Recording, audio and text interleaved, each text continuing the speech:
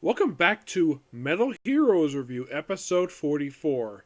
We're on to the second of the five movies I'm watching before I get to Metal there. This is basically talking about the Soul movie. This is the movie that was for Space Sheriff Gavan.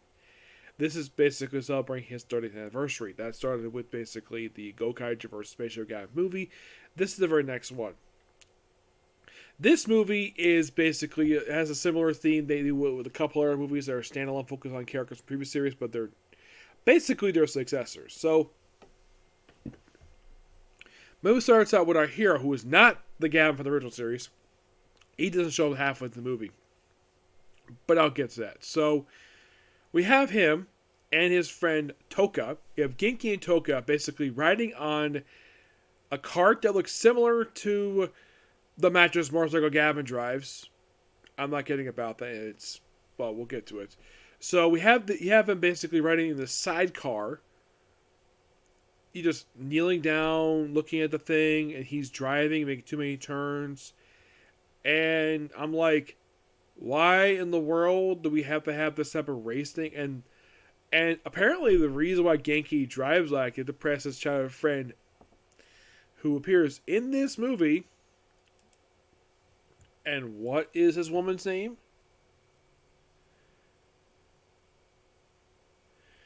Her name is Itsuki Kawe. And this is sadly her only appearance. Yep. Only time. Which is weird. Like, do not know why. You would think, as important character she is for this movie, that she will return after this. Oh no, she does not. Now, as for the reason why they couldn't have her come back this one, I have no freaking idea.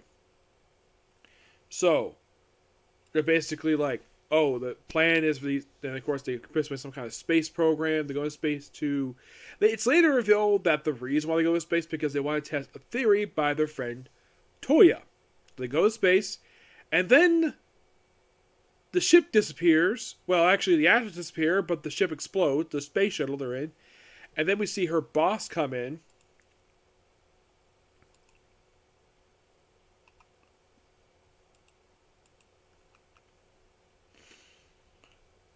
I think it's her boss.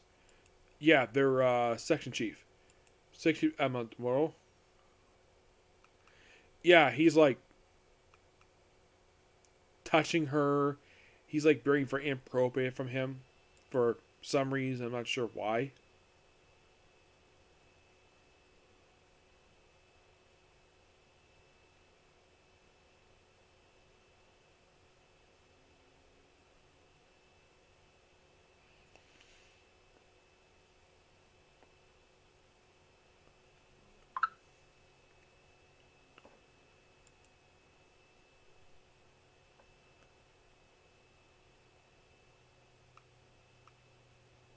Yeah. So basically, like, so, and then like a year passes by in the course where she's doing research. They reveal she actually fell off with her friend's research, Toy's research, and then all of a sudden we have a monster show up. Yep, a monster. Who is this monster, you might ask? This is Zambarito, who apparently his armor was made from the late Sal Dorva. Now, some of you are thinking, who is Sal Dorva? Don Hor's son. Unknown how a statue can have a son, but apparently he did. And that's not the only connection we have here. And it's later revealed that, oh, we had data stolen by the lizard doubler. Yes, we have a doubler. Because that was a thing in the previous series. As a matter of fact, he is the only doubler seen the whole movie. Yeah, he is the only one, which is kind of weird. He is actually the only new doubler we actually have.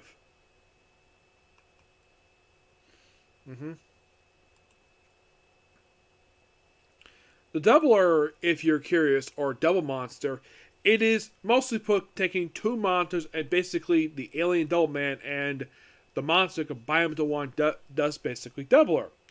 And this actually was the first one since the Buffalo Dumbler. This is actually the last known one to date. They did have one pop up on on Go Busters. I'll talk about that in the future. So yeah, then we see, oh, she's chased by him, and then all of a sudden he's attacked by Space Sheriff Gavan. It's like, wait, you're the legendary Space Sheriff Gavan? And then of course he acts very cocky, and the fact that apparently he has to get help from somebody to beat him, and he gets destroyed. And yeah, this actually is Genki, the guy from the start of the movie. And you see him briefly go back to his regular uniform, which is, I should point out, they actually updated uniform for this movie to look more like, not like the weird futuristic uniforms they had in the show, but now it's more like a uniform you would see like a modern Navy person wear. And he goes back and he gets chewed out by Commander Quam. Yes, in his final ever appearance in the franchise. Yes, this movie is the last one he appears in. Well, there actually is a reason why that is. So we're thinking, why is that? Because the actor passed away 6 months after the movie premiered. Yep. So they brought him back here. My guess is because they need connections to the original series. And for some reason, his daughter is not here. But here's something interesting, though. He called himself a Space Sheriff Gavan. Of course, his partner is Shelly, who is Mimi's cousin, a.k.a. Quam's niece. Though, for some reason, this movie of Herman is director, that's why is commander. That's what the sub first meant for some reason. I'm not sure why. He checks like, why'd you go to repetition? Because the object heads to Earth, and then he's informed about the data breach that happened. So it looked like he's about to be and then we have 2 other people come in. Who are these 2 guys come in? They're space sheriffs, alright. Yes, these are Kai Huga and Shao Kurusma. You're probably thinking, what's their space sheriff code names? Believe it or not, Kai Huga is a new space sheriff Shriven, and Shao Kurusma is a new space sheriff Cider. You're thinking, what? I did read a line apparently that the reason why that Shriven got replaced because the actor wasn't going to be in the movie, so that's why he got replaced. But he does appear in Next Generation, which is actually his final appearance in the franchise.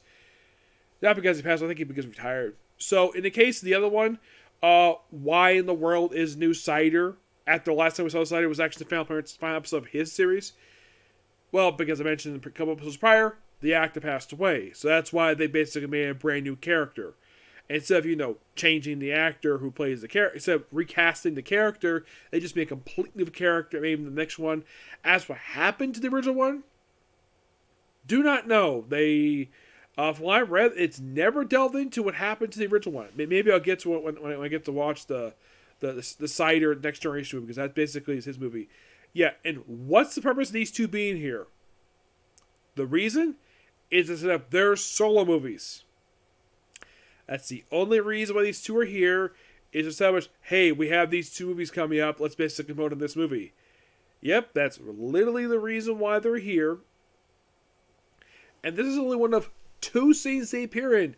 They appear later in the movie as a nod to the original series, where they have briefly fight some of the bad guys, briefly to show out the fact they are the new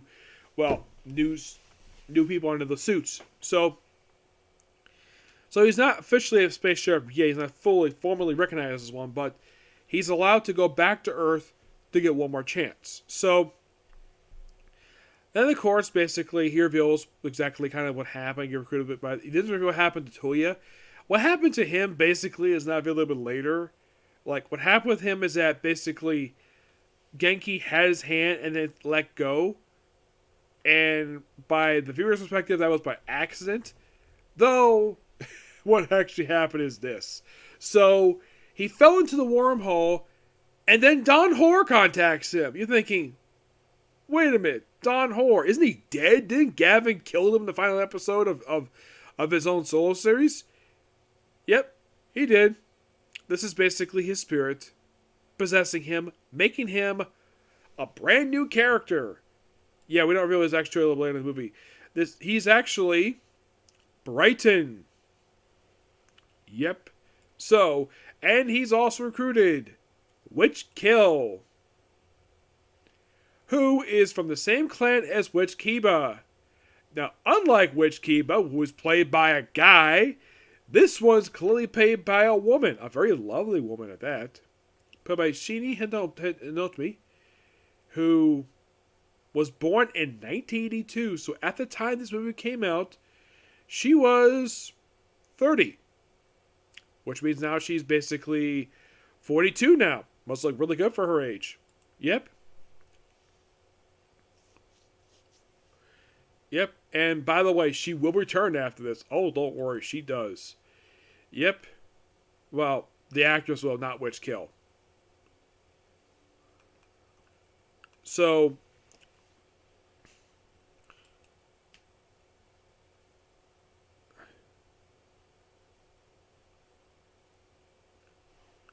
but Liz Everett's movie, yeah, he will return. I'll get to that. But so basically, yeah, it's real later in the movie that he's actually Zoe. Zoe when he takes off his mask, because he has a mask the whole movie. It's mystery of who the heck this guy is. Yeah, it's very Victorian. It was somewhat obvious was him, given the fact his actions show in the flashback he was very distant. So basically, IKEA is Akashu is brought on board Gavan's spaceship, which you're probably asking, is it the same name as it was in the previous series? The Dogron? Yep.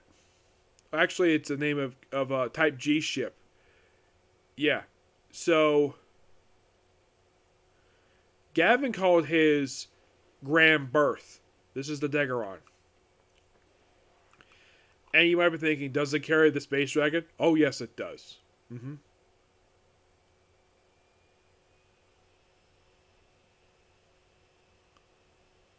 So, they go to this laboratory to, well, find out exactly what the theory is. But they go there, and which Kiba is basically taking like a stone to basically help revive. Is like a step forward.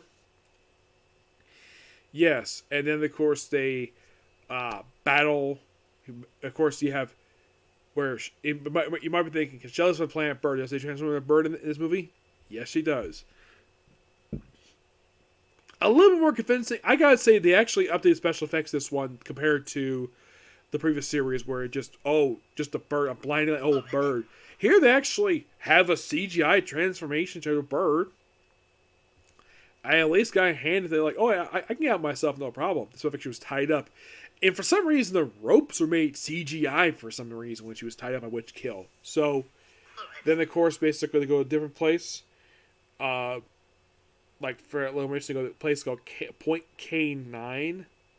Why it's called that, I don't know. It's like an abandoned warehouse district. So, they go there. Basically, Gavan, the new Gavan, and Ishii, and they look around because she wants to go with him, just because she wanted to get you left behind last time. Also, Shelly has a little disguise where she has pink hair as this weird outfit, which is funny. And of course, Genki's like, why are you wearing that for? Because we're in disguise. Okay, and Genki's outfit when he's not wearing his suit is a black coat. Okay, that's fine. It's 21st century. Of course, he can wear whatever heck he wants. I mean, it's not as awesome as Gavan's outfit, but we'll get to that. So, then, of course, basically, the villains show up. Well, then, of course, Brother shows up. And, of course, basically, yeah, then, of course, he's like, he wants to take Ishii away because he wants to sacrifice her to revive Don Horror. So, then, of course, basically, the combatants show up finally. They show up a few times. It takes like halfway through the movie for the combatants to show up. Yes, the grunts of the Moroku, so of the Moroku crime syndicate. And, of course, he's losing. And then all of a sudden, we hear an engine roar. And then comes a blue Jeep. And behind the wheel is the original Space Sheriff Gavan. He's back. I'm like, it's Gavan. And he just kicks butt, takes no names. It's like, it's so awesome to see him kick butt again. Even though I just saw him in the last movie, which came out before this. So yeah, and it's revealed, oh yeah, that's actually the third time I saved you. Because it's revealed the person who saved him in the flashback when he became Space Sheriff was Gavan. The first time at the beginning when he first encountered the guy who's like maybe the same armor as Sal Burrito, that was also him. So And then Commander goes, "Yeah, you basically failed your mission. So basically, Gavin, you're basically your predecessor's taking over." So, and of course, he's very upset by it. And then Gavin has to beat into him. Yes, he has to beat him up, which of course mentions what happened to his father, his late father, what happened in the previous series, which was a very good episode. I like the fact that Gavin basically has a lot of motion in this movie, and the fact that Genki is similar to him, kind of in a way, where like a friend of his was someone he cares about was taken away by the Moroku, though in the case, and that person later died, so though he didn't become a bad guy like this one did. So after fighting, of course, he realizes basically some of his composure, and then Lizzo Doubler shows up, takes Shelly hostage. They manage to transform, and at the same time, oh yeah, they're both spaceship Gavan. And of course, they get stuck in the Moroku space. Yep, Shelly is supposed to get away, but they get stuck in the Moroku space. And I'm sure Gavan's like, "Wow, it's been some time. It's been a little bit since I was here last. Like I was here probably just a few months ago with the Gokaiger." Yeah, the Gokaiger jump is not even mentioned here at all. So then apparently here's the weird thing though. Now, when the Moroku dimension, the space appears in Gokaiger, it's similar to what it was in the original series. Here it's like, oh, it's like a modern city just with a pink filter. I'm not kidding about that. And Genki basically is laughing at the fact he's entertaining some people who are clearly not real.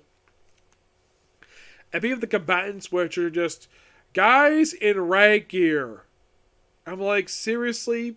People made this movie like, what, couldn't track them the awesome outfits they had in the original series where it was like a leather jacket, those cool masks. They would look like actual thugs. Here they look like just some random guys wearing riot gear. That's what they look like to me in this one. And of course, the whole Moroku space comes, the whole idea of like, it's so weird. Like, oh yeah, except, here's the thing. He said his powers tripled in this space. That is actually a change from the original series, because in the original series, it's actually 4 times powerful. Not 3 times. So eventually, of course, they get out of Moroku space, kind of. It's really not really explained here. And there's even some explosions and the nods to the original series. And then, of course, you have them transform again. This is when they transform the first time. And, of course, that they battle him. And then, of course, the young guy would take his ship, goes off to rescue the girl. Why he takes over Lizzo will actually beats the same way he does in the original series. Oh, one thing I forgot to mention in the last video, when they had the massive fight sequence, we had Gav and Gokai take on those in that massive brawl. First they played Gavin's theme, and then they played Gokaiger's theme. I forgot to mention that. Here, they do play Gavin's theme a little later in the movie. So, and then basically Gavin, the younger one, basically goes to the Moroku Palace. Yes, it actually appears in the movie, though it's under construction. Yes, it looks like it's not complete yet. Though for some reason, the people who made this movie apparently didn't want to look like the original Moroku Palace for some reason. Like, I like the sets they had for the original series. What, could they not track down blueprints and that stuff? Like, no, let's have the outside look exactly like the way it was in the original series. Have the inside it looked like some cave. Like there's like stalagmites like over the place. Like, I get the fact it's not finished yet, but could you not actually have it look like the way it did in the original series? So apparently the plan that Bastion had is like, oh, he wants to make this girl basically the host of Dawn Horror. Yes, seriously. So then, of course, basically all hesitation related to him. And this whole conflict between these two best friends is similar to, I would say, to Kamen Rider Black and Shadow Moon. People are close like brothers. And there's also, that's kind of, not exactly a girl, but basically two that fight each other. And of course, he's very reluctant to fight. Of course, the other friend really wants to fight him. Of course, he's evil. So he gets his composure back after basically stop hesitating. Of course, he sliced the mask in half. And then, of course, Dawn Horror goes away. And then, of course, well, before this, when he arrives, we see Witch Kill and Zhao Burrow. And, of course, that's when they have the Air 2 show up. That's when they're the new Chevron Insider. And then, of course, the amazing battle sequence, and of course, he gets defeated. Don Horde disappears, never to be seen again in the franchise. He's gone for good. And they take his girl back, and of course, best friend dies in their arms. And of course, basically, as a reward for defeating the revived Moroku, Genki is officially given the codename of Space Sheriff Gavan. But not Type G. Yeah, that part is not mentioned here for some reason. He's a new Space Sheriff Gavan. Okay. So, he goes off, basically to fill his own duties, driving right on a motorcycle. And Gavan goes wherever the heck he goes to. So, yeah. Overall, really good. I thought it was a really interesting movie. The only slight problems I had with it was the villain's base. The exterior was fantastic. I love how it looked. Remind me of the Death Star from Return of the Jedi. But the exterior looks so bland. Yeah, it looks like it looks like that Don Horde apparently couldn't care to have his own subordinate rebuild the Moroku Palace exactly like it was in the original series. Nope, let's make it to look like it's some cave. A metal. Yeah, so that's one major thing I have against it. Another was saying, oh, it's triple. This is actually 4 times bigger. I think Genki's arc was interesting in the movie. I thought his arc was really good. Commander Kwame, the only thing I didn't like about him was the fact he's scolding him for, because he fails. Seriously, so you take it away. It's like people who wrote this movie apparently didn't get the memo of how Commander Kwame was written. Where he's going to be like a little different than he was, not exactly per se, but it's like he's a bit more of a jerk here at times, though he's a bit more respectful. And I got to hand to them, they actually updated his office. Which I'm like, wow. What a nice looking office. Looks more spacious. They still kept the same symbol, which God praise the director for that part. Whoever designed the set for this office. They kept the symbol on the floor this time. I get the fact they want to update it for the 21st century. I had no problem with the new look for Quem's office. It's fine. Perfectly fine. Do I find it kind of weird, though? It couldn't exactly have... I do like it that they actually communicate Also, the interior of Gavan G's spaceship looks a little different than the original one. Did I have a problem with that? It would have been nice to see it look like that. Possibly, yes, but who knows. But that's going to be pretty much it here. But I did enjoy this movie. Okay, so that's the particular review. Please be sure to like, comment, subscribe. I'm going to quickly do a reading a book and do a comic corner, and then it's on the bench to hear a part. Okay, next video. Bye.